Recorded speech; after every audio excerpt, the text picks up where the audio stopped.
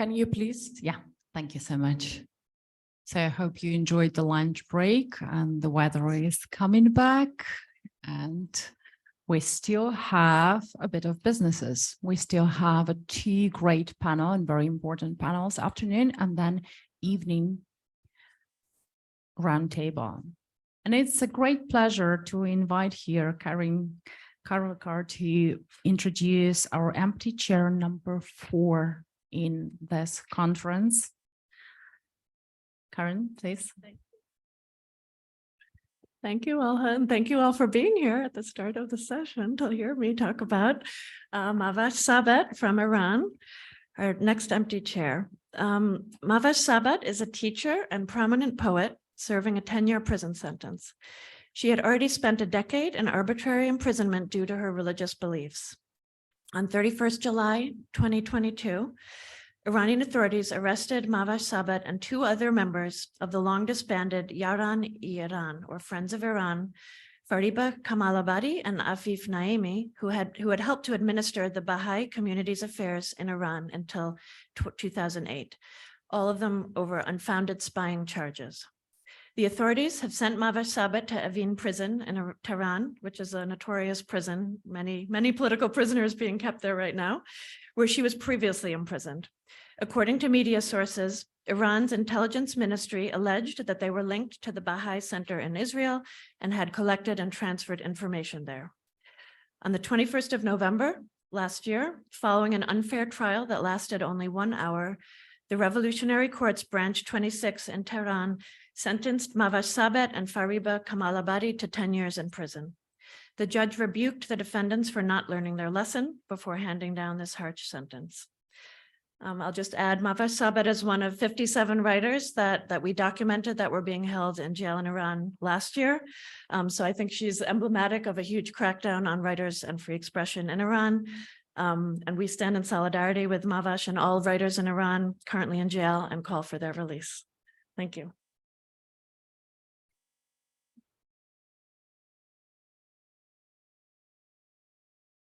Good afternoon, everyone. I'm glad to see so many back, fully refueled and now full of energy for the next panel. And it is my pleasure to introduce today's panel on digital autocracies.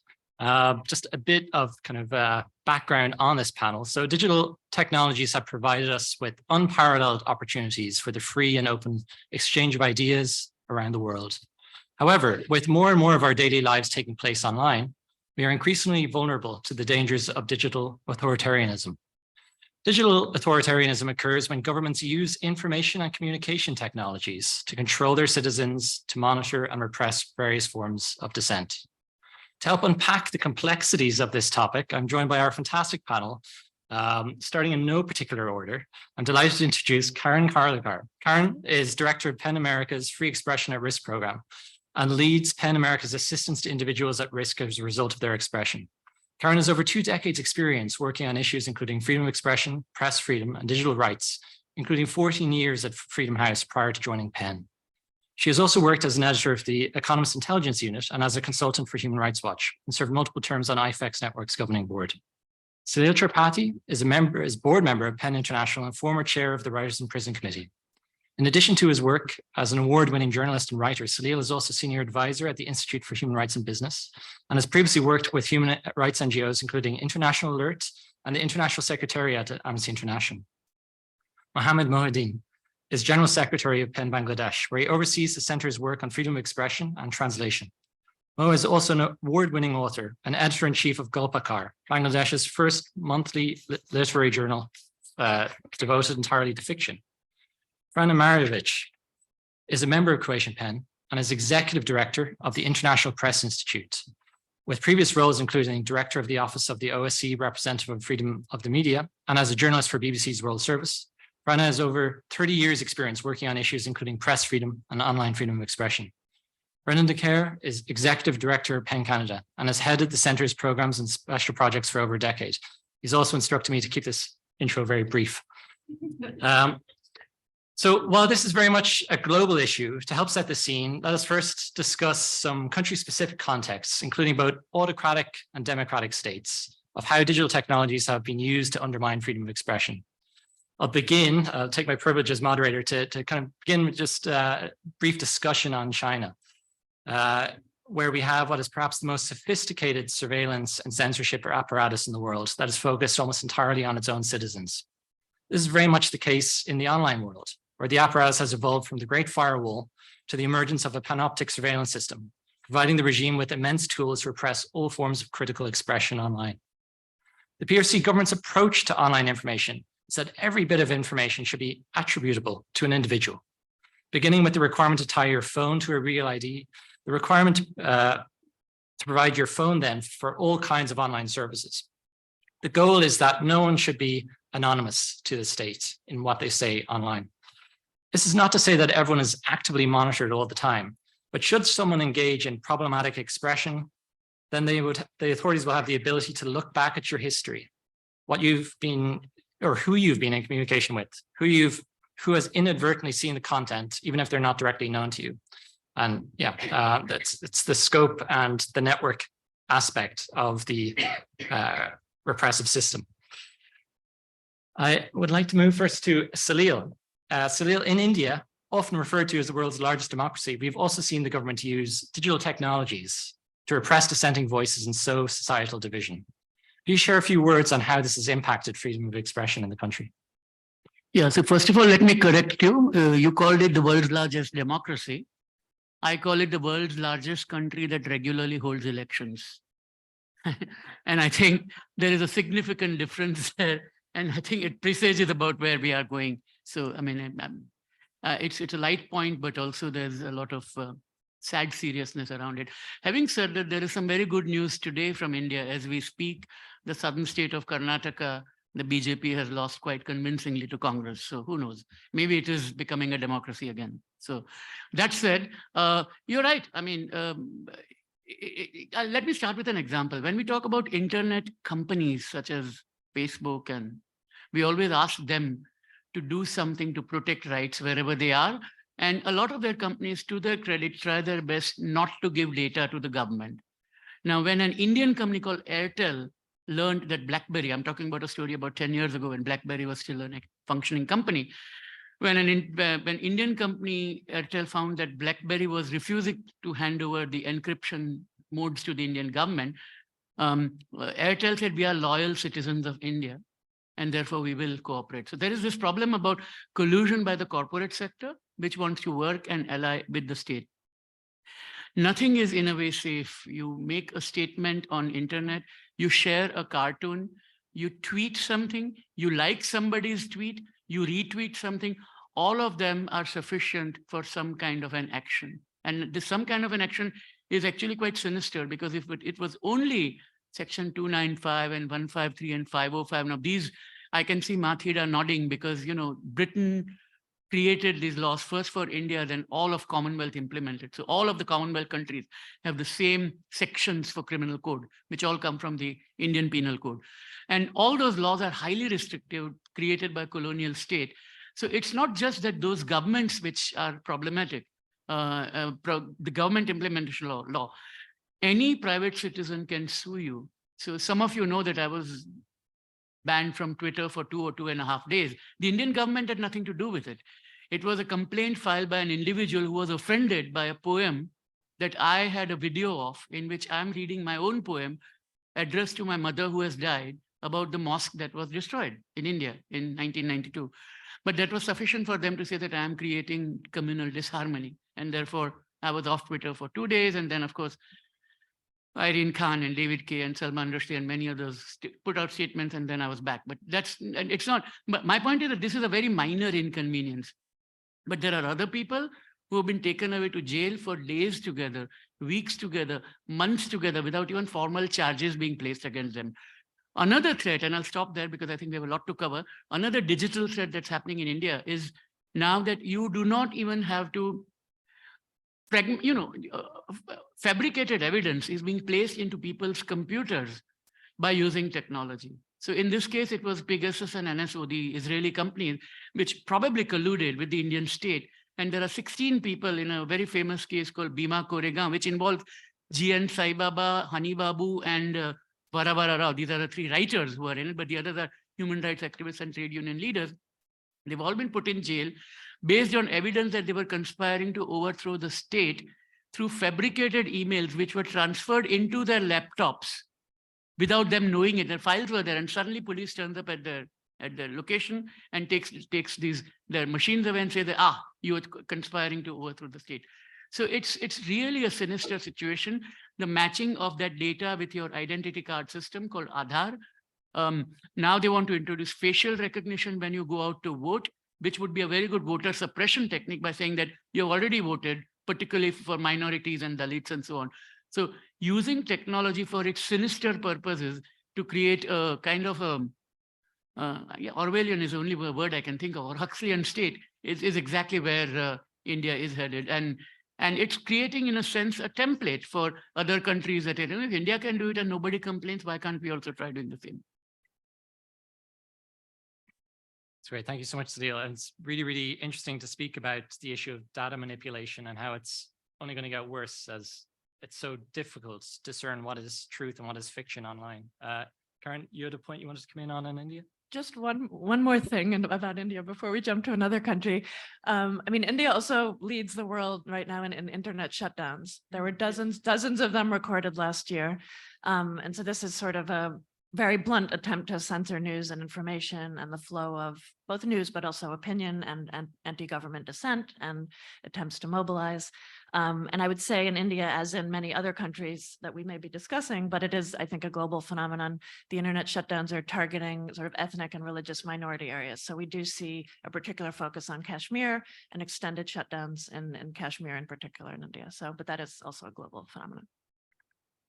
Yeah, it's a really, really interesting point to raise. I remember the issue of internet shutdowns in Myanmar, particularly during the time of the pandemic. And this was a time when access to information on public health was absolutely crucial, and added extra perspective on the cost and damage caused by these kind of blunt tools of repression.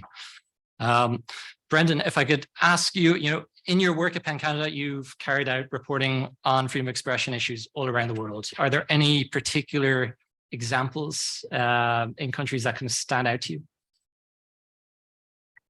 There are many, but I think one of the points that I'd like everyone here to understand is that people who live in countries that are notionally democratic are frequently living alongside people who are targeted online and are therefore no longer in the democratic space. So I will give two examples, one slightly humorous. Joanna Chu, who is the Globe and Mail correspondent covering China, wrote a book called China Unbound. And she mentions the case of a Chinese student who came to a Canadian university and was given a VPN to complete his registration. He signed up for a Twitter account under a pseudonym, pretending to be female. And he had 2 followers on this account, and he liked 2 tweets that were, and this was the total activity of this account.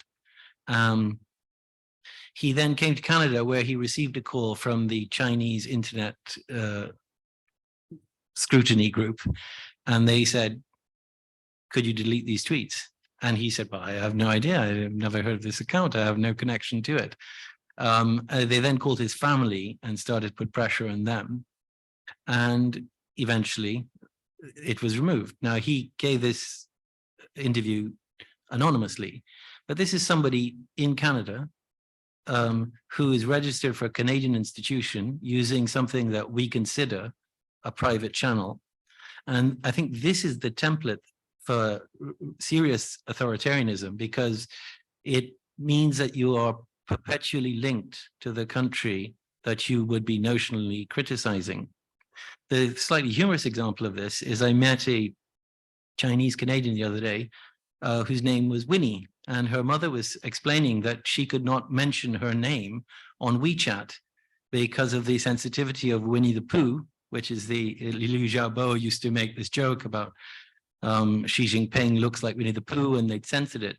So even the word Winnie could not be mentioned on WeChat, and her own family had to reduce her to W.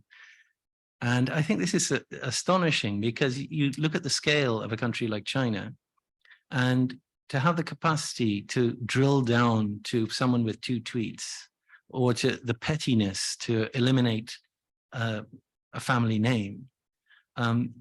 So the infrastructure that we rely on for dissidents to make their critiques is built for authoritarianism. It helps them track you down. It helps them identify you, target you. And I think that this is the sort of central contradiction of the new media that we have to grapple with. That's great. Thank you so much, Brendan. Yeah, it's a really, really live issue, how open societies have been exploited by authoritarian regimes to project their power beyond their borders. Moa, if I could come to you, in Bangladesh, we've seen how legislation has been used to stifle expression online. Could you share some thoughts on the Digital Security Act in particular and the dangers it poses to freedom of expression in the country? Thank you.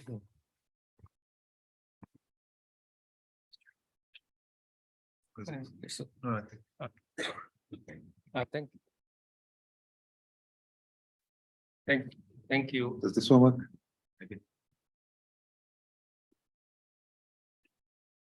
Yes. Thank you so much, Raj, for giving me the floor, and I'm really honored and privileged. I would like to draw your attention on a draconian law, Digital Security Act, implemented by the government of Bangladesh in 2018. Okay, before the implementation, or before telling about the law and its impact, I would like to tell you about the law on which the government aimed to imply this law. Okay, the Digital Security Act of 2018 is a digital security law in Bangladesh. This act was passed with the aim of preventing the spread of racism, sectarianism, extremism, terrorist propaganda, and hatred against religious or ethnic minorities through social media, print media, or any other electronic media. Any content over the internet or any other media that was deemed pornographic or otherwise inappropriate by the government could be punished by fines or prison terms of various lengths. Under this law, defamation is criminalized, allowing life imprisonment in some instances, such as criticizing the country's founding president or spirit or liberation war. Law enforcement agencies have been using the DSA Digital Security Act to penalize people simply for social media posts that are critical of the government or public officials. This has created a ceiling effect on people legitimately exercising their right to freedom of expression. The Digital Security Act is being abused as an instrument of harassment, intimidation, and persecution against people in Bangladesh for exercising their legitimate right to freedom of expression or freedom of thinking, and I think the democracy of thinking. And what's happened from the 2018? More than 100 journalists have been sued under the this act between January 2019 to 22, and at least more than 40 were arrested. The Digital Security Act enacted in 2018 has vague provisions criminalizing legitimate forms of expression. More than 1,000 people have been arrested under the law since and have been subjected to a wide range of human rights violation, including enforced disappearance, detention, and torture simply for exercising their right to freedom of expression. You know, in February 2021, a writer, Mustaq Ahmed, has died in prison after languishing there for 10 months without trial, solely for criticizing the government's response to the COVID-19 pandemic. Okay, that's very crucial time, and still the government, and you know, our next election is going to be held the first of this next year. So the government is also try to impose this act to the against the political party persons and the people who against their ideas and their thoughts politically, and sometimes religiously they are doing these things. So the digital security is being exploited by lawmakers and members of the ruling party or officials or law enforcement agencies to penalize people through arrest, detention, and other forms of persecution simply for social media posts that are critical of the government, of the public officials, including lawmakers, ministers, and country's prime minister. Defamation is criminalized, and the law allows up to life imprisonment for some expressions. So I think it should be discussed, and it should be an important matter for the people of Bangladesh to express their freedom of expression. And I can discuss on this issue later if there is any opportunity. Thank you. Great, thank you very much, Moa. The Digital Security Act is something we've advocated for the repeal of before, and it's cases such as Mushtaq Ahmed really highlight how even legislation that is ostensibly developed with some kind of a legitimate purpose, such as national security, can be subverted and used to repress citizens for their peaceful expression. Karen, if I could take it to you, in Iran, we've seen the key role of digital technologies during the recent protests, both as a tool used by civil society to raise awareness and rally support, and by the authorities as part of its ensuing crackdown. Could you share some thoughts on the impact of digital technologies on the freedom of expression situation in Iran more generally? Or yeah, thank you. Yeah, no, sure. I mean, definitely my point about the internet shutdowns in India, it definitely applied in Iran as well, where we saw after the protests started in September that there was a widespread attempt to either sort of throttle, sort of slow down the internet and also have shutdowns as well. Also targeting certain apps and platforms specifically that the authorities knew people would be sharing news and information on. And many people rely on, VPNs, other measures to try to circumvent those very strong restrictions in order to even get online and to send information out. The surveillance has also increased dramatically as well, so it's become much less safe to even communicate with people inside Iran. And that's an ongoing concern just in terms of the safety. So it is, I think, much more difficult to get news and information out. Not impossible, but it's a lot harder and more dangerous for the people who are trying to do that.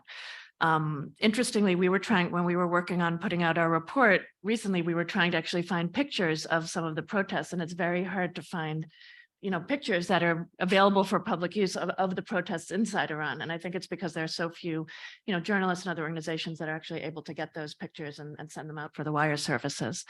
What I'll also say is aside from the crackdown on the internet, what we saw when we were putting together our report this year, Iran actually jumped to number 2 globally in terms of writers in jail last year. And what we saw was basically about a week after the protests started, I'm terming it sort of a preemptive crackdown on writers and the creative community in Iran. That was really targeting, known political dissidents, people who had been in prison before, as well as writers, artists, musicians, poets, anyone who was expressing support for the protests online. And that could be sort of liking an Instagram post or sharing a statement of support, reciting a poem online, music. Those people were getting jailed from about a few days after the protests started. And so we saw dozens of cases in late September through October, November, and pretty much all of those cases were tied to online expression and online support for the protests. So that's what we saw last year, and it was, I would say, very preemptive and focused. So Golrokh Ebrahimi Ayri, who's a poet, she had been in prison before and was released earlier in 2022. She was swept up and targeted for arrest right after the protests. We saw some of the rappers and singers who were releasing songs about the protests and putting all of that out online because they have such big online presence and influence. They were immediately being targeted as well. So I'll stop there, but I'm happy to answer more questions. Yeah. That's great. Thank you so much, Karen. Yeah, it's really shocking to see how the authorities have both recognized the perhaps perceived threat posed by people with reach, with an audience, and how ruthlessly they've clamped down upon them as a result. Frana, at your work at the IPA and your previous role at the OSCE, you've seen firsthand the impact of digital authoritarianism on freedom of expression across numerous different country contexts. from your experience, are you seeing a growth in the use of these tactics in both autocracies and democratic societies as well? Or what is your sense of the trend and where it's going? Thank you. When 15 years ago, when we first started seeing this dystopian situation, I started thinking that 1984 was supposed to be a warning, not an instruction manual. And I think today they've surpassed the instruction manual. They've created a whole new level of dystopia. I mean, we heard about China, and I think we don't actually know the level that's ongoing in China. What is also a problem here is we've seen merging of two apparatuses. One is the state apparatus, which is being used to limit free speech, and the other one is the private apparatus. And the two quite often go hand in hand, while there is a tension often, and there is a pull for more free speech, but the result is absolutely horrific. The weaponization of legislation, which we heard also in Bangladesh, in India, in Turkey, in Russia, in Myanmar. We heard about 38,000 people in Turkey being imprisoned for just an insult to the president. Disinformation laws are now prolific. One of the consequences of the COVID is it gave many governments an excuse to pass them. I'm familiar with one in Hungary, which gave the government the complete right to decide what is the truth. And you have government agencies which are now tasked with this. Interesting, something I talked with a colleague here is criminalization of consumption of news in Russia. That's a completely new element. So you are going to prison for consuming news. This was not even the case in the former Soviet times in the regime. So this is absolutely dystopian. You mentioned the shutdowns and the throttling of information. That's also happening across the board. But there's also a way of national security, which, as you said, is a legitimate often restrictions. Governments do have the right to keep secrets, but what we are seeing increasingly is laws with no checks and balances, no judicial oversight of any decisions. And this is where the dystopian part between the private-public partnership comes into effect, is that governments, by just alerting the platforms to that something might be against the national interest or could be subject to national interest legislation, forces the platforms to take it down without any judicial review or oversight or even recourse mechanism. And this is absolutely problematic. Surveillance was mentioned in terms of, again, no oversight of surveillance. We've lost this concept that you need to go to a judge and get an order. So even in situations in countries where the judiciary is problematic, you don't even bother going to the judiciary. It's being implemented across the board. And this is for journalists problematic in terms of keeping of sources. But it's more than that. It's this idea that you're being surveilled leads to silencing, leads to self-restrictions. It's a way to harass. We heard about online threats. And here, it's not just individuals. I think, let's be clear, online threats are quite often instrumentalized by the governments and by the authorities. I know a very well example. I spoke to a journalist in Turkey who was critical of the government's efforts in reconstruction after the earthquake. She was named in a government weekly publication as being a disseminator of false information and untruth. And that's when the attacks started, trolling, threats. She felt she was being followed. She had people on the street come up to her and threaten her. And we are seeing this continuing. We are seeing also media being repressed through other forms of online threats, hacking, phishing, DDoS attacks, which are happening very frequently across the world. Copyright abuse is an interesting element. Copyright, we all need copyright to protect our works, journalists, writers. But what we are seeing is that when you lodge a complaint at a platform for copyright abuse, the takedown is immediate, and then the recourse is between you and the person who made the complaint. And if you two can resolve it, then they will reinstate it. Well, first of all, that there is no due process there. And secondly, by the time you have taken this process, if you're talking about news and newsworthy activities, it's no longer relevant. I know an example of Azeri television station, which was based in Germany, which was facing frequent lodges of copyright violations. You have states forcing platforms to regulate the online space through legislation. I think one of the first examples of this was NetzDG in Germany, which wasn't a problem for freedom of speech in Germany, but it created a process where government says to the platforms, you are responsible financially and legally for enforcing on your platform what is against our criminal code. If you don't, then you are fined. And 30 governments around the world said, this is a wonderful idea. I think I'm going to do the same. But they don't have the same checks and balances that the German's democratic system. It took me a very long time to understand some of the finesses that are built into this law. Of course, they don't have this. They don't have the recourse to the European Court of Human Rights, none of this. So transferring the power and the responsibilities to the platforms has really been hugely problematic because their terms of service are even more loosely defined. Previously at the platform, we talked about this laws, defamation laws being poorly defined. Platforms' terms of service are even more poorly defined. Anything can be taken down in case you really want to look at it from their perspective. So this, again, gives a strong tool to authoritarian regimes for arbitrary takedowns. And the last, in a way, point I would talk about is the financial model, which, again, the digital space has ruined the financial model for the media and has not been replaced. So now the authorities have more financial tools in order to put pressure on those media outlets which are critical. They put administrative processes in place to make the work more difficult.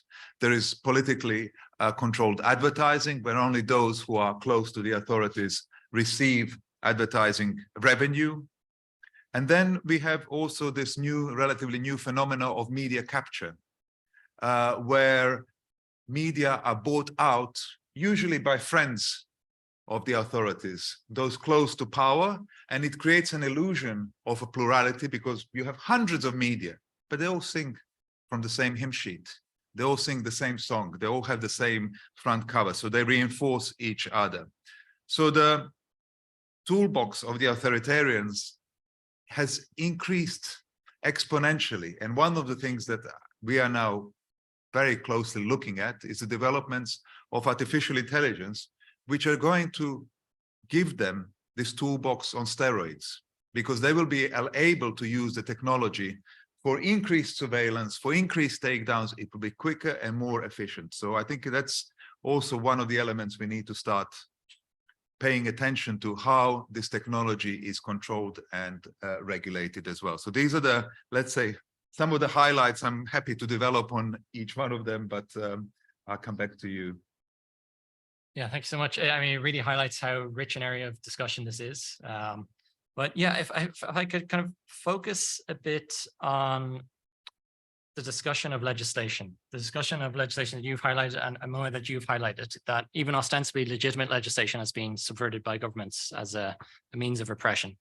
Are there examples of countries that show a path forward in balancing protections for freedom of expression and also providing capacity for legitimate restrictions? Is there a model, also mindful of what you've said about Germany and just taking that legislation and not having the right kind of infrastructure to implement it fully? I mean, I think that lots of discussion. I would say there's of course, US is very well known for its First Amendment and very strong protection on free speech. So there you have this very much discussion, and Karen, you could talk about it more. But in Europe also there is this debate about how do we balance the different rights, because when we talk about the rights of privacy, the rights to protect your personality, yes, they're all also legitimate rights. But how do you balance them? And this is, let's say, an important role that's being discussed on the EU level, which I'm also quite happy that in a way it's taken above the nation state level, on a broader level. It's discussed also very vibrantly in international organizations such as the Council of Europe. There's a vibrant discussion which has very important ramifications for legislation through their recommendations, but also through the European Court of Human Rights. So these are all vibrant debates. The problem is that first of all, it's much slower process than the implementation of problematic legislation on one side. And then the second problem I see is use of platforms' own terms of service, rules and regulations to implement some of these things, which actually completely bypasses the rule of law process. Yeah. It takes it out and it puts it into a very arbitrary space with very little recourse mechanism. I know only of one platform which very famously created its oversight board, and it's a very sophisticated system which has its own, I would say, problems, but that's the only one. Let's be clear. The other ones, I looked at one platform's recourse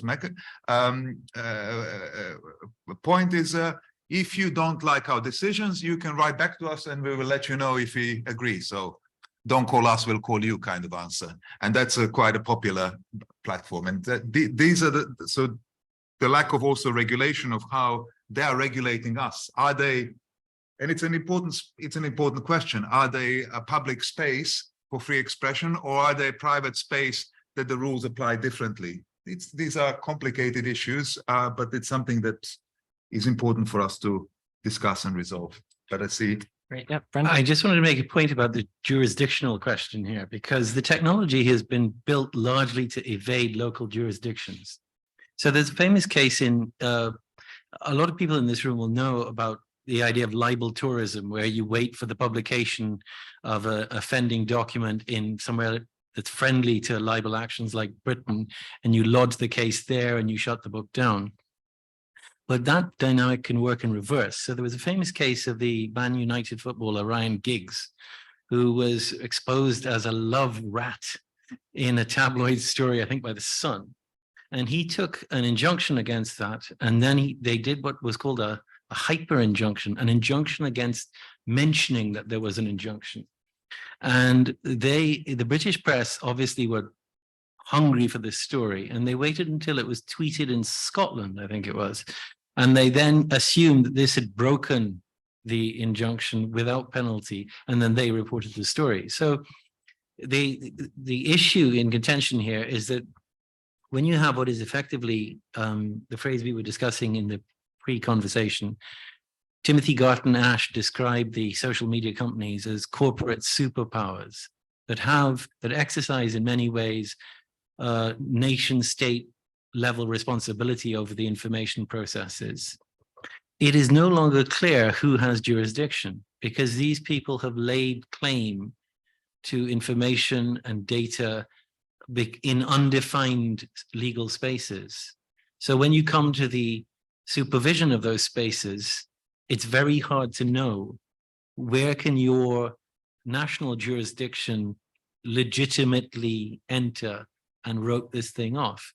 In the same way that a Scottish tweet breaks English libel constrictions. Are you willing to geolocate all Turkish tags and or all Iranian? So the logic of the internet is resistant to legislative oversight, is the point. Just a quick intervention on that. Absolutely agree. And countries and states fully understand that. So they've started creating legislation to re-nationalize activities within their borders, ensuring data centers, data localization, and what's probably most problematic is I would call them hostages, by creating that the companies have to register with a person on the ground. So that person becomes the hostage of the government. If you don't implement what we tell you, we take your people to jail. We fine you and so on. So it's the pulling back of the... Yeah, and all I wanted to add was that fascinating examples, but on this last point about data localization that can happen, in a way that was supposed to be the promise of the internet. And, you know, the fact that the Indian law could not reach here and the Chinese law could not reach there. So this loosely defined lack of jurisdictional responsibility was meant to be a good thing. The problem, however, is, as everyone has been pointing out here, that these companies with good intent are trying to create rule-based systems while they try to remain somewhat faithful to their libertarian origins, because a lot of these companies come out from Silicon Valley and you know, Northern California.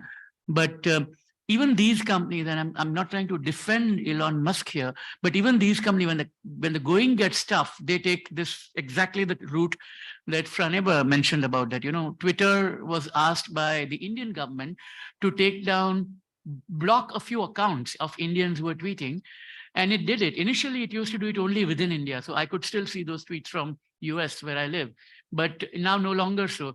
And when he was asked why, he said, I don't want my people in India to go to jail. So I think that's worth bearing in mind. And if I can come back to one point earlier, I think it was Brendan, you mentioned, or you mentioned, Pranay, mentioned the case of this Turkish woman who had a problem, and you know how she was hounded over the earthquake issue. And I just wanted to emphasize that one of the promises of the internet again was that marginalized voices, particularly women who are not getting the space to talk, will be able to do so. But two things have happened. Women are being silenced on the internet through, you know, sexually graphic insults being hurled at them. Angela Saini, a wonderful British science writer, she has got off everything except LinkedIn, and she doesn't allow any comments. Rana Ayub, the Indian reporter who writes for Washington Post, her images have been morphed and also on and done that. Someone who's from Philippines, Johanna Cruz, some of us met her in Manila, I think. She has had to get off the internet completely because the current vice president, Duterte's daughter, her press officer threatened her with rape in one of the instances. So, and as Victoria Wilk, your colleague, told me when I wrote my paper on women and the internet, this is Victoria from PEN America, that there's a continuum between offline threats and online violence. Take three examples, you know, whether it's Anna Politkovskaya, whether it is Daphne Karuna Galizia or Gauri Lankesh, three journalists and writers we know who have been blown up or murdered with gunshots. All of them had received sustained online harassment before that. Now, I'm not suggesting that those who sent threatening emails ended up killing them, but there is an atmosphere that's created where it's okay to dehumanize and depersonalize these people, and the net ends up playing a role in it. That doesn't make net a bad thing, but it requires governance a good thing. Can I jump in there? I just wanted to extend what Salil has just mentioned a little further, which is to say that part of the threat of digital authoritarianism, it is changing the model of censorship in ways that are very poorly understood by the general public. So if you think of what used to be done by a government to silence its critics, it was a public action. Someone was arrested, imprisoned, put on trial. But there's this growing phenomenon, which we have made the center of our annual report, digital transnational repression, which is coming at you through the channels that you use to communicate, private messages that are showing you photographs that have been hacked from your phone, compromising information from your accounts, sometimes the interior of your apartment, just to let you know that everything that passes through your communication infrastructure is held by someone else. Now, this is a fantastically effective form of censorship because it does exactly what the censor dreams of and could never achieve, which is to completely isolate the communicator into a private world in which they dare not tell anyone for fear of them being targeted or compromised. And this is taking place in increasing volume because it's facilitated by the technology. But the public that is using these communication platforms doesn't see it. That's the whole point, that it's an invisible form of censorship that facilitates global authoritarianism so that you never escape the country of origin. And democracies don't know because of the jurisdictional issue, the data issue, all sorts of, they don't know how to handle it, how to respond to it. So we do not live in the same country as a dissident from another country who is being targeted in this way because the law does not protect them the way it would protect us. Yeah, thank you, Brendan, and thank you for kind of opening up the issue of digital transnational repression. You know, given the focus on diaspora communities who've sought exile in open societies and how they are being targeted by autocratic regimes using these technologies, how better should open societies themselves respond to this threat? Is it just highlighting the issue? Is it? I know it's a tough one, right? Not fair. But I'll try to address the question. I mean, we're definitely seeing that in the US with dissidents from other countries being targeted both online and then it morphing into very real sort of death threats. The case I'll cite is Masih Alinejad from Iran, who now is under FBI protection because of basically attempts to, I think, kidnap her and take her to Venezuela. And so she's now under, 24-hour police surveillance because of these threats from the Iranian government. There is, I think, legislation in the US Congress that aims to provide more protection and support to people like that. And that's an extreme example, but there's many others of, dissidents facing, surveillance, online threats, and a variety of forms in Europe, in the US. The US, I think, is trying to figure out ways to provide more support, but it's obviously a very difficult question without sort of infringing on their ability. But I think the self-censorship is the bigger, is the bigger problem, because for every case like that, there are many other people that probably see what happens and then don't want to speak out as a result. I'll go to Fran and then Celia. Just to add, I think maybe we need to start the conversation from a slightly different perspective, which is we often forget that states also have a positive obligation to protect human rights. So it's not just do no harm. There is a positive obligation to protect our human rights. And I think that should be the starting point for this conversation. And this is why I think where the states are consistently failing in this space. In a way, that's is a neat segue for exactly what I was going to come to, which is how the states are failing to do that. And I want to give two examples here. About 7-8 years ago, I was one of the 5 speakers at the Human Rights Council on the Human Rights Day about digital freedoms, which I was representing, I think, Asia or Europe, I don't know what, but there was someone from Africa. So 5 regions, each region had a person.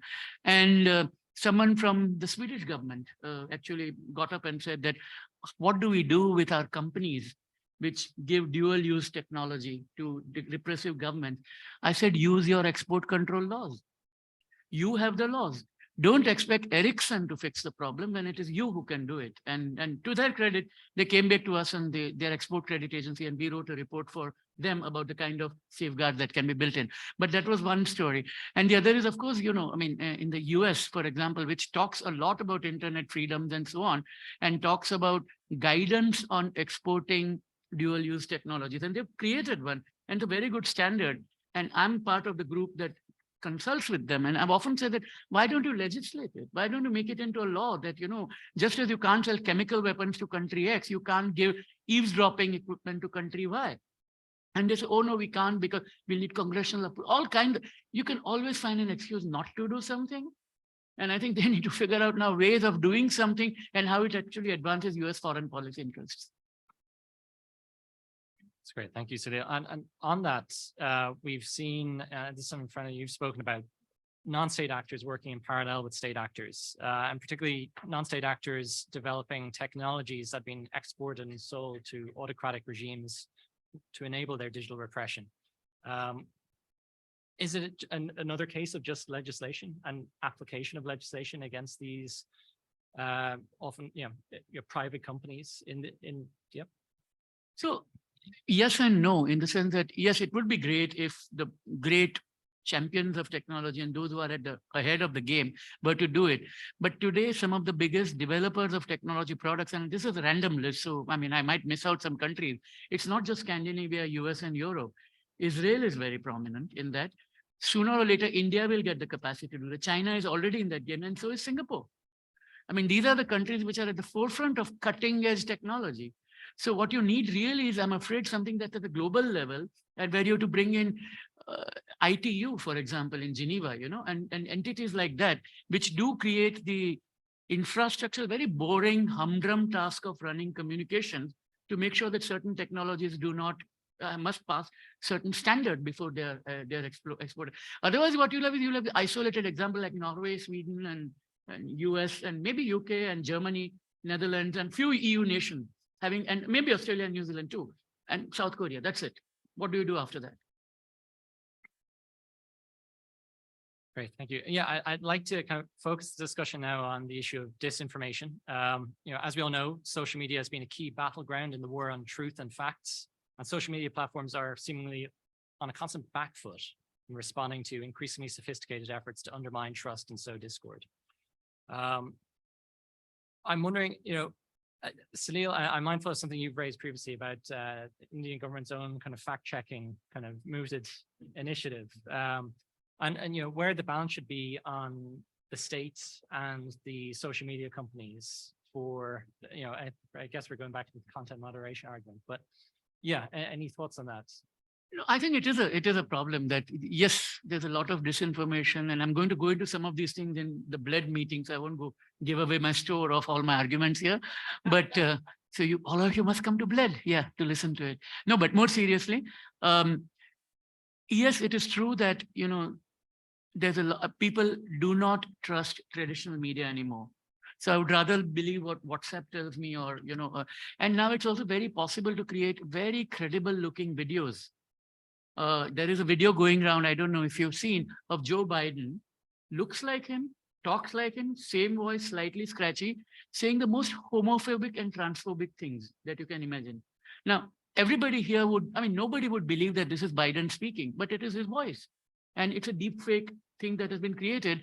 And I'm sure if it is shown in certain audiences in the United States, it will be believed that these are Joe Biden's true views. And I think that's the fear that we have, that as the archives of the world get harder and harder to access, and sometimes even rewritten and erased and destroyed. And if these films start replacing and rewriting the past, rewriting the present, then we are in extremely dangerous territory. So I don't know, maybe whoever does this is a pipe dream because it's never going to happen.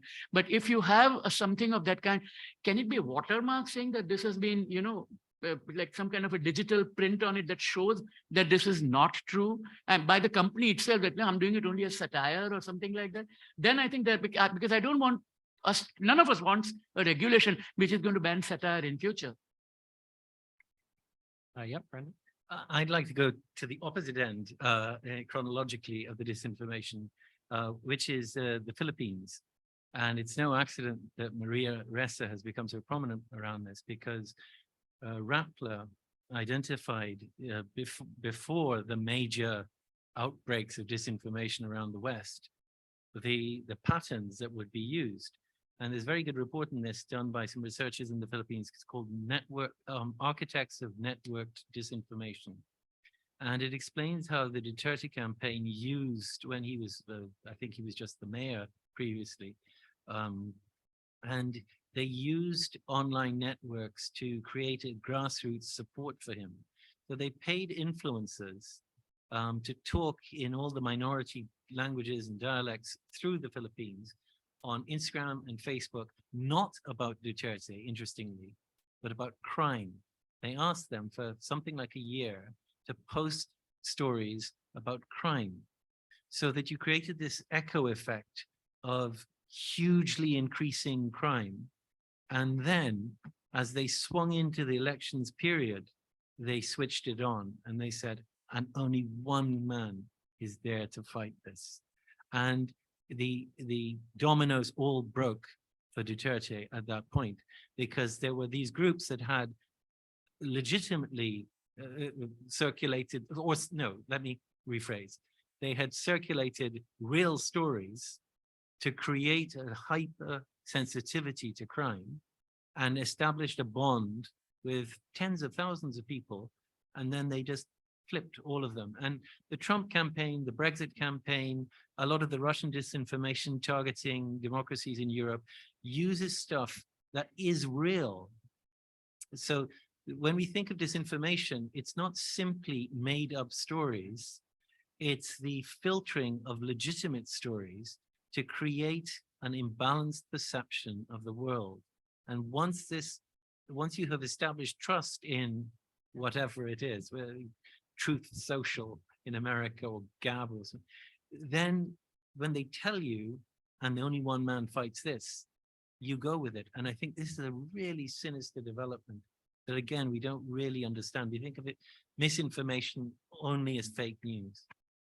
Right. Karen. If I could just add a very small additional point. We've seen also in the US, I have a couple of colleagues who are working primarily on this actually, but we saw in the US, and it was happening before the last elections and continuing, but a lot of the disinformation is actually targeting different ethnic communities and immigrant communities in their own languages. So you have specific content being tailored, in Spanish to the Cubans in Miami, or you have targeting, Nigerians or targeting the Vietnamese. And it's very specifically targeted to appeal to, it's the same thing. It could be crime, it could be economic, inflation, it could be race relations, but it's targeting specific communities with content in those languages. We tried to work a little bit. We are doing some work to sort of counter disinformation in different languages. And last year, I know my colleagues were actually, I think they were partnering with the Penn Vietnam Overseas Center to translate some of our content into Vietnamese that could then be used to sort of push out to Vietnamese immigrant communities in the US. So it's really a very insidious and thought out and very targeted approach, on behalf of the people who are trying to spread disinformation. But I think it also requires like a very sophisticated approach by those of us that are trying to counter it as well. Yeah, it sounds like one of the most complex problems that exists within digital authoritarianism. Salil, yeah, please. Very quickly to add to the very fine list that Brendan put out, and I didn't know about this Duterte campaign because I thought the founder of all this was Narendra Modi. The way seriously, the way he engineered the campaign in 2010, 2011 around corruption in India. And everybody was, very charged about corruption and, and disenchantment with Manmohan Singh and Rahul Gandhi and so on. But no one, at that time, no one spoke about Modi. And then when the hour comes a man and he says, I can fix corruption and give you a clean administration. And then, of course, instead we got beef bans and lynchings. Yeah. I wanted to add something on top of this, which is, a couple of years ago for Swedish Pen, I wrote an essay on algorithms and how they filter the information that you get. And at the time, Facebook was pushing 1 billion hours of video through its algorithm to its users a day. That's probably increased by a factor of 2 or 3. And it's okay when it's a Western company pushing whatever local variant of misinformation it is. But this issue has been refocused by the rise of TikTok. And you can see that the Americans have now become newly aware and sensitive to the idea that a Chinese company can be pushing several billion hours of video, because the TikTok push is much more intimate than the TikTok algorithm is the mother of all algorithms. It will addict anybody, regardless of where I speak from experience. And the argument that is being offered by people who want to censor TikTok is quite interesting, because if a nation state that is inimical to you controls the several billion hours of video consumed by your citizens, it can very subtly, in ways that are almost indistinguishable, emphasize race relations, emphasize transgender quarrels or political divisions. Or so the misinformation in the Trump years, the Russian bots, when there was a school shooting, 10,000 Russian bots would say Blue Lives Matter, pro-police stance, and another 10,000 would say Black Lives Matter, so that you would be riling up 20,000 Americans at a very minimum who read these tweets and then retweeted them and so on. So that was the old model. But the Chinese are far more interesting in the way they're coming about the dismantling of American culture and democracy, which is to take content generated by Americans themselves and to amplify. So whatever your beef is with America, the Democrats, the Republicans, there are several thousand hours of TikTok content to feed your discontent. And now the Americans are looking at it, and I think quite legitimately trying to rein it in. But how do you do that without trampling on free speech? I do not know.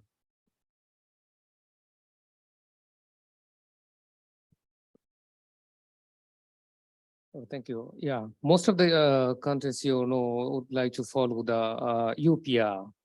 Okay, but they just support it, not follow the rules and regulations as UPR. And if you think about the disinformation in about on the South Asian context. You see the in India, Bangladesh, Myanmar like this. The disinformation is like that sometimes that it's so horrible for the communal, destroying the communal harmony. Okay, sometimes they kill many people, but the information is fake, but it destroys the communal harmony and died many people because of the religious context. So disinformation and the reality and how we protect the government, and there is a political issue also. Sometimes the government or anti-government like this, there's a political issue, then politically they did it and they do for their share. So it's important to understand, and we have to take this in note. Thank you. I just wanted to add a very small point, because we tend to think of these problems as a fairly recent vintage. But I remember when we were in Port of Spain, this is 7 years ago, and we were talking about something that we didn't yet have a label for this. And I raised the Brazil had just played Germany in a World Cup, and Germany put a terrible beating on them. It's like 7-0. And Twitter in Brazil filtered the content coming through their system to prevent suicides and so on in Brazil from this outcome. They were so concerned at the impact.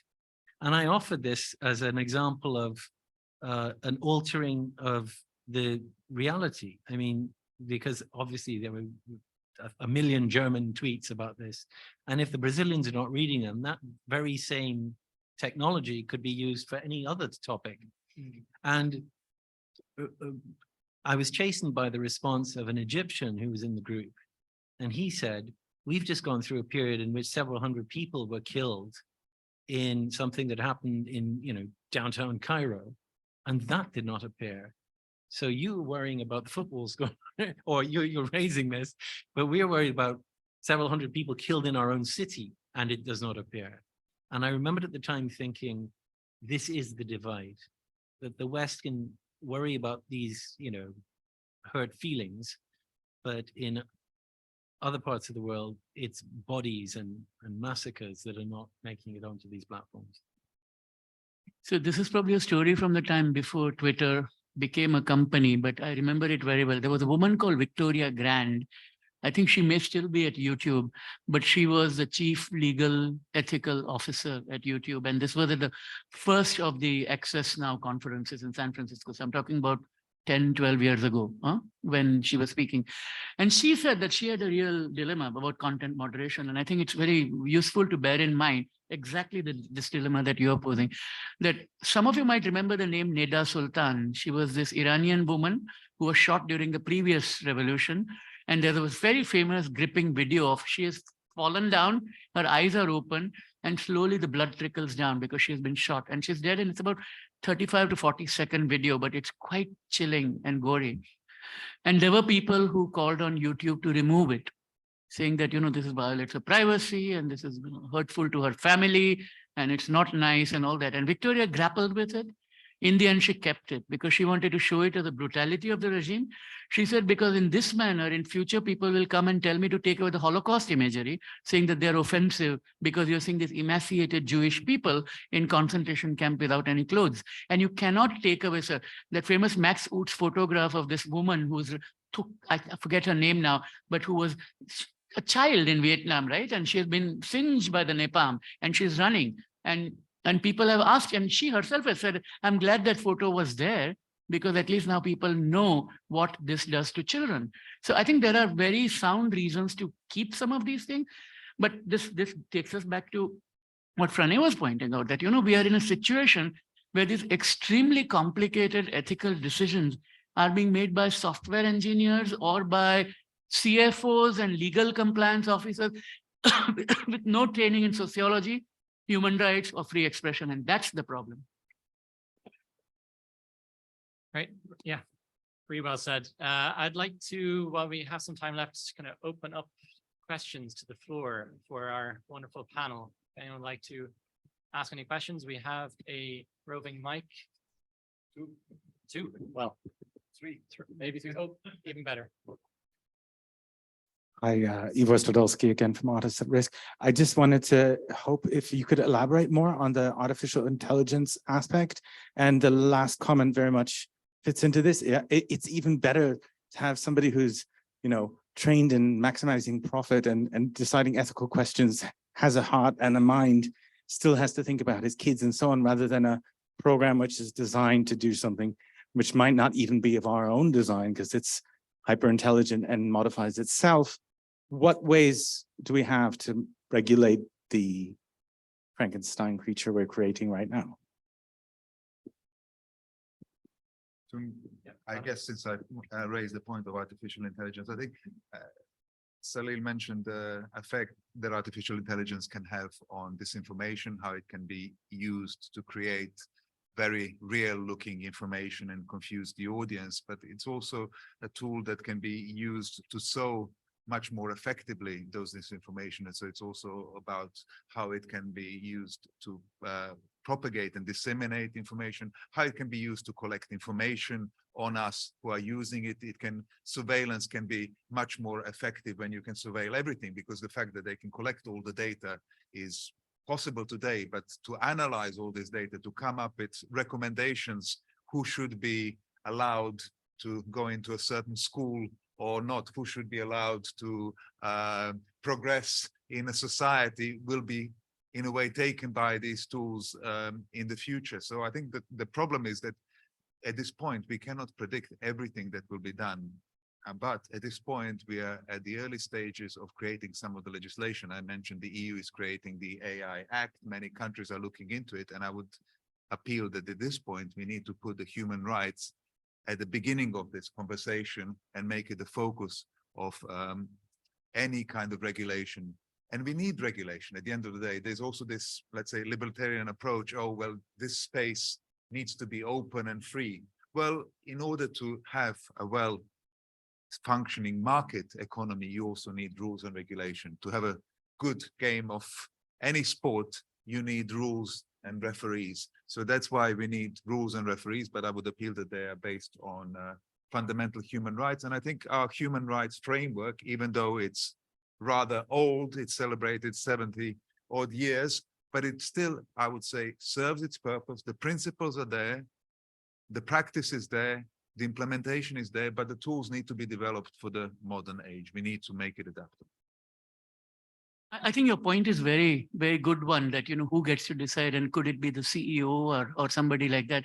And my worry about this, and I'm going to bring one UN framework which has come into being, which is not perfect, but it takes us there, is that we leave it too much to the individuals. I mean, if a CEO could be a man or woman of enormous conscience and would want to take the right decision, unlike the technocratic program manager, but we can't leave it to that individual, because CEOs change, they get fired.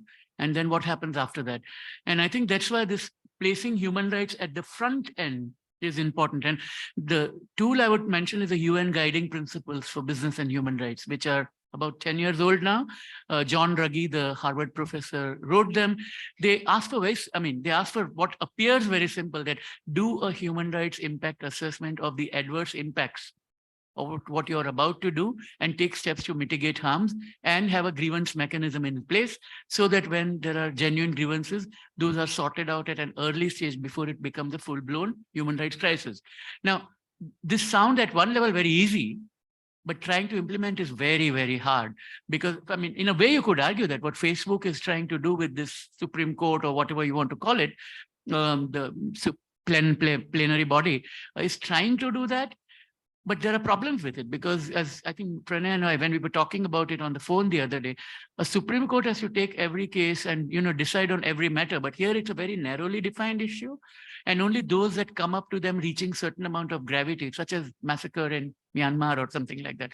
But the routine decisions that are made are never made. So the only way forward is for those engineers and the developers of technology to, at that stage, be trained in human rights impacts, particularly adverse one, or whatever it is that they're developing. And it's a wish list kind of a thing. I don't know how it can be legislated, but that seems to be the only way forward. Yes, just to add within the China context. So China's just put out this draft AI regulation. And as a country, they don't really have to go through much of a consultation process to put forward legislation, and it's also much easier for it to wind it back and amend it as well. But one of the key features of it is trying to attach a specific identity, a owner of every specific bit of AI data, which is really, really difficult to do, because unlike other online information, which is developed by a person, this is developed by a machine. So it remains to be seen, what different approaches states take. But yeah, absolutely, being based on human rights principles would be fantastic. Yeah, thank you. Essential. Yeah, thank you for this overwhelming and dismal reputation of this field. My name is Katrin Hasser. I come from Penn in Denmark, and I work in my daily life with technology. And I've just read a book on the Pegasus software that I'm sure you're all aware of. And here it's clear that there is something to be done, because Amnesty made this forensic lab where they take in people's phones that are maybe infected with this software that can take over a mobile phone content. And they actually scrutinize it and help people in this way. So this whole issue is so overwhelming that I believe Penn cannot solve it by itself. Who can we work with? And can we develop new technologies like they actually did in this forensic Amnesty lab? Can we help doing that in Penn and collaborate with other organizations on this? So one entity I can immediately think of that we can work with is Ron Debert in Toronto, and his media unit. And he's an amazing person. And he probably may have worked with Amnesty on this. I'm not sure of that. It's the kind of thing he would. And I would, whenever I have a question of this kind, he's my go-to person. Yeah. I would, the Citizen Lab recently reported on the case of a Mexican human rights group that spyware had been deployed against R3D, I think it was, which is a play on the Spanish red. And they were covering a mass killings by Mexican army, and all of their communications were being surveilled through spyware. But of course, before that, the Mexican government had used spyware to target Carmen Aristegui, a very famous investigative journalist who was looking into property owned by the Prime Minister's family. But lest we sound a note of optimism, I'd like to sprinkle a bit of pessimism over all of this, which is, I think that if you read Shoshana Zuboff's book on surveillance capitalism, she makes the point that these digital spaces were acquired by what she characterizes as proclamation, which is a very colonial form of acquisition. You say we own all the Google Earth data, because it's not clear who would own images of the entire Earth, or the metadata in the email system. And at the time, these are very poorly understood, and only later did it emerge that they leave behavioral traces that can be monetized and save the whole thing from going under because of lack of a business model. So this, coupled with the Silicon Valley idea of move fast and break things, has established a decade, at least two decades probably, of information and infrastructure that has been acquired by proclamation in an essentially colonial manner. And now we are trying belatedly to have nation states or a conglomeration of nation states to reel this back in. But the ambiguities were there from the start. And if you look at the congressional hearings in which the American committees were talking to Zuckerberg, they don't seem to understand how hypertext markup works. So how on earth are they going to legislate against companies that move fast and break things, acquire stuff and apologize later, monetize user data without your knowledge? And worse than that, we are now captive to all of these. We all have a digital life, even if we aren't on these platforms. So I don't want you to leave here with any hope at all.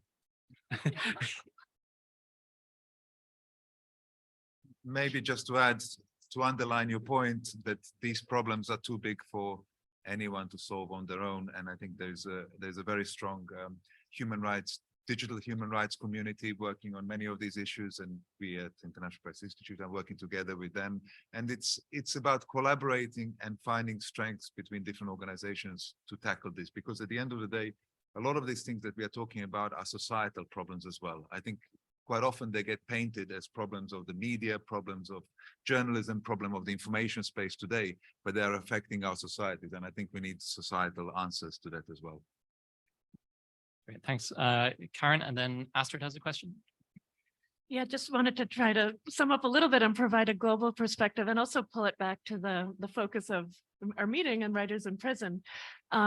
With our Freedom to Write Index, which we just released a few weeks ago, we classify all the writers whose cases we cover who were jailed last year in terms of their profession. And we've done this is the 4th edition. This year, for the first year, the writers of the 300 writers in jail around the world, 311, 132 were online commentators. So for the first time, this category, which includes bloggers as well as writers who use social media platforms for their expression, they were the top category, outclassing literary writers, opinion journalists, poets, any other category. So I do think it is a key issue, for the cases that we cover as a community, what we really see is that, I think, particularly in the closed countries where there is no space for journalism or for literary writing to happen freely, the online space is really the main platform for many people. And that's also the place where the governments really want to crack down, because they're worried about controlling the online space and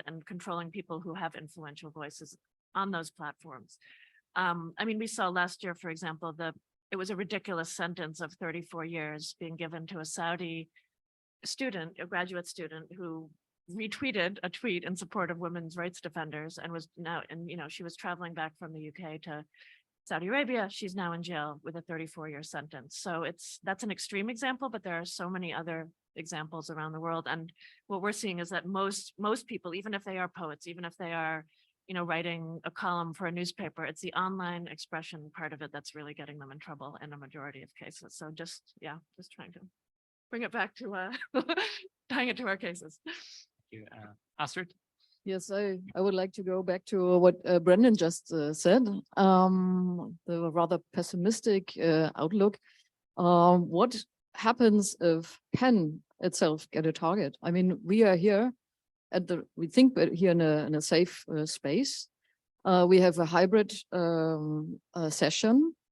Can you be sure who get really the link to it? Can you be sure that the link is not passed to any person who you don't like? And it will be in the world later. It can be manipulated. And I just say this from own experience, because when Germany had been through this last year, we got a smear campaign in the press, and we had no possibility to answer to it. And this is in the world now. And the internet is a huge memory, and it will stay. So it is very difficult to wipe out things. So I think, if this happened, if there are totalitarian government like China, Russia, who don't like the PEN idea, and PEN itself get a target, and they try to bring the PEN community to divide it, I think we should think about it, and also think about what we are going to do with this. Thank you. Yeah, it's a very sobering point. Tanya also has a question. Sorry, I just want to reply to Astrid. We are thinking and debating to have the meeting, but without any devices. What you did in Uppsala was really good, because people did not browse their phones. They really concentrated on the topic. So that's what we're gonna do at Blit. And this is what's going to happen tomorrow. Yeah, one day hybrid, one for a balanced, no gadget meeting. Just a comment, and I just want to say, for you, our site have been hacked by Russia, and it's closed. We cannot get our data back. And I'm trying to think, to find somebody, and it's incredible. The news, they enter with blogs, they attack members because they found out what they were saying, and we are the mess. How can we just disappear and rebuild it? So, I mean, I agree absolutely for you. Thank you for speaking about that. Great, thank you, Alex. Frank, you had one Just concluding comment? quick points to what you said about internet doesn't forget. Actually, it's one of the problems that there is no real archive on the internet. And once you delete something off the internet, and that's part of our, I would say, collective history is a problem today. We don't really have an archive of what is on the internet. If somebody deletes it, it's gone and you may not have it. But the other things which you don't want will stay forever. I just, in terms of pan businesses, I want to share the case that we had exactly the case with a provocation and then spreading it all the internet back in 2017 in Lviv Congress. And you remember what happened. The special services closed our access to internet for 24 hours and we couldn't solve it. Technically we could, but in practice we couldn't. But what I was doing the following week, we were cleaning up internet. And if you would like to find out what happened and why it happened, you will not. So actually we have tools, and this is right, that this is not true. This is a bit of myth that internet remember everything. And you can't fake that. You do, but you also can address this. This is the only matter of your knowledge, capacity, and readiness to address. That's great. Thank you. I think that's a wrap. Please thank my wonderful panel for this great discussion.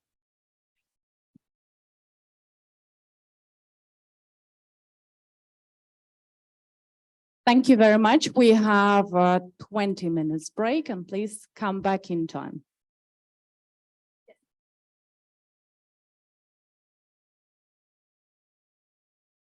Thank you so much. No, yeah, no, you're such a wealth of knowledge. So thank you so much. It really enriched the panel. So.